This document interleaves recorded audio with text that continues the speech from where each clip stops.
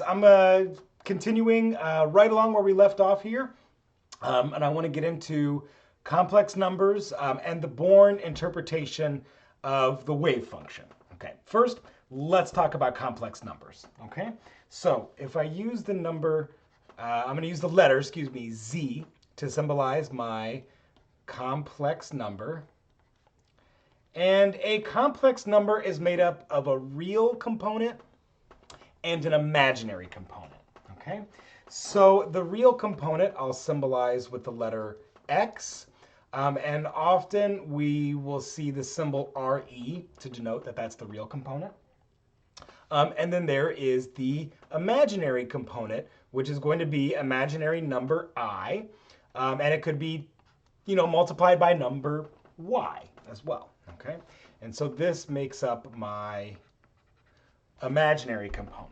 Okay, and then we also will have the complex conjugate that we denote as z star. And the complex conjugate is written as x minus iy. Okay? And when we multiply, so let me write that down. I'll just abbreviate and call that the conjugate. Okay? The complex conjugate. And when we multiply the complex number by its corresponding conjugate, we get what we call the square modulus.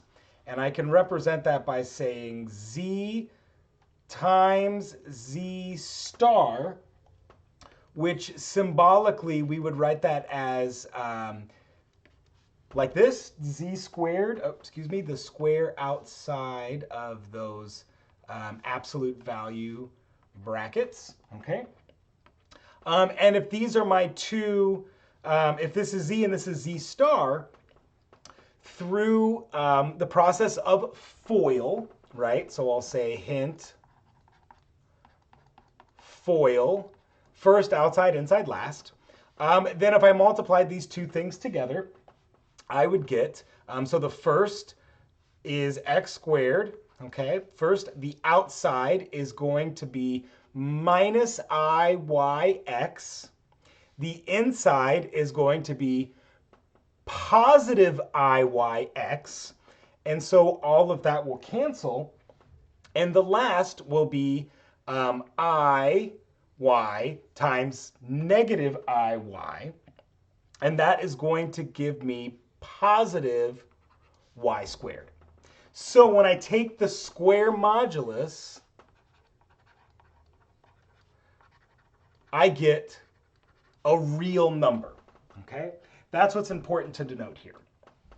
And so we can have wave functions that are described by complex numbers. That's not an issue. However, to extract useful information out of our wave function, if it's made up of a complex number, we really need to be in the realm of real numbers to get our eigenvalue. So in the Born interpretation of a wave function, we use the square modulus, and the square modulus represents a probability distribution, okay? Or as the figure says, a probability density, okay? So I'm just going to demonstrate really quick with Mathematica complex numbers. And instead of using x's and y's, I'm just going to use real numbers so I can get an easy result. I don't have to use a function that way. And I'm just going to say z equals 2 plus 4 space escape, I escape. So there is my complex number, shift enter, there we go, 2 plus 4i, okay? I can ask Mathematica to list for me the real component and the imaginary component by saying, and I'm going to do that as a list, so I'm going to say RE bracket Z in bracket. That'll give me the real portion of the complex number, comma, and then IM bracket Z in bracket squiggly, and that'll give me the imaginary component. And when I do that, yep, 2 and 4. 2 is the real component, 4i is the imaginary component. Okay? So if I now, I'll just demonstrate here where the square modulus, we think we can just square z, for example. if I just take z squared, notice here, I get an imaginary number, negative 12 and 16i. And what that operation just did, z squared, it FOILed 2 plus 4i times the quantity 2 plus 4i. But that's not what the square modulus is, okay? This is what the square modulus is. It's z, and I'm going to say space z for times. And in Mathematica, I can go escape, conj, escape, and look at that. It looks just like my lecture notes with that little star. That little star there means conjugate, complex conjugate. Okay? And then now if I do that, look, I get a real number.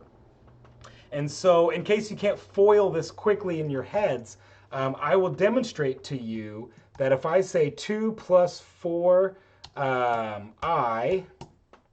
okay, multiplied by 2 minus 4i, because 2 minus 4i, right, is going to give me the complex conjugate, that gives me 20, okay? So that's the math, that's the complex numbers. What does it mean for the wave function? Okay. Well, much like in the intensity of light, so if you square the amplitude of a wave, it gives you light intensity. So the Max Born, famous quantum mechanicist of the golden age, right? He was part of that group in the 1920s with Schrodinger, Heisenberg, and Einstein, and so on. He interpreted that if we take the square modulus of the wave function, this will be a probability density. So for example, if I have my wave function psi, notice here that I get positive values, okay? So I'll say on this coordinate, right, we've got positive values on this side, but then negative values on that side. So, right, this looks, it's a sine wave or a cosine wave, if you will, okay? And then notice in the probability density here, which is showing you this red curve, as well as this kind of shaded region, that is the square modulus, which is psi times psi star.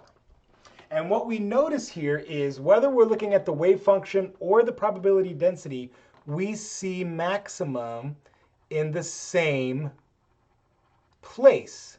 But now, of course, this is the negative region of the wave function, right? And so the way we interpret that, where this probability density, or even where the wave function peaks, that's going to be the most likely position to find this particle. So in other words, my x scale here is position. It's the location of this particle along some finite axis, right, on the x scale.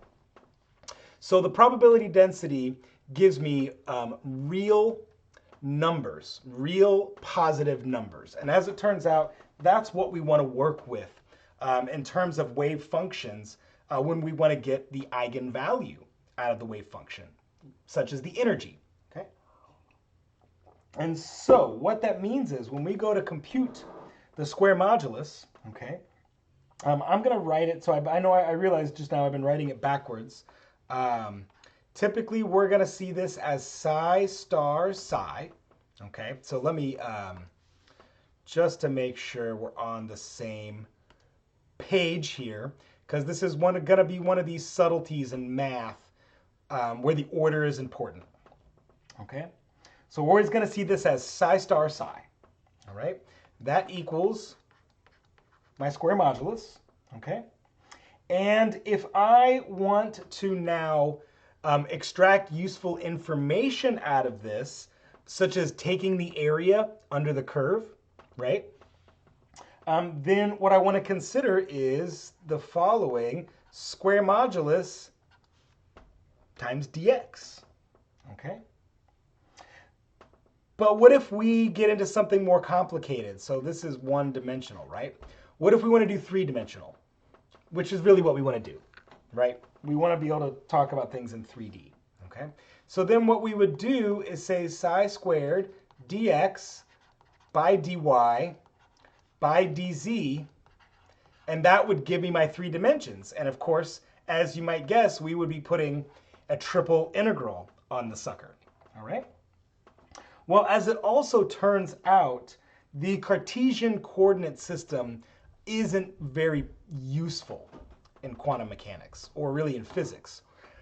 Polar spherical coordinates are what's far more useful because we can describe a radius and angles about some point of origin. So I'm going to modify my dx, dy, dz, okay? And we're going to say square modulus times d tau, all right?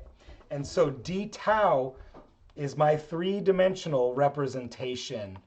And we typically use d tau in our polar spherical chords.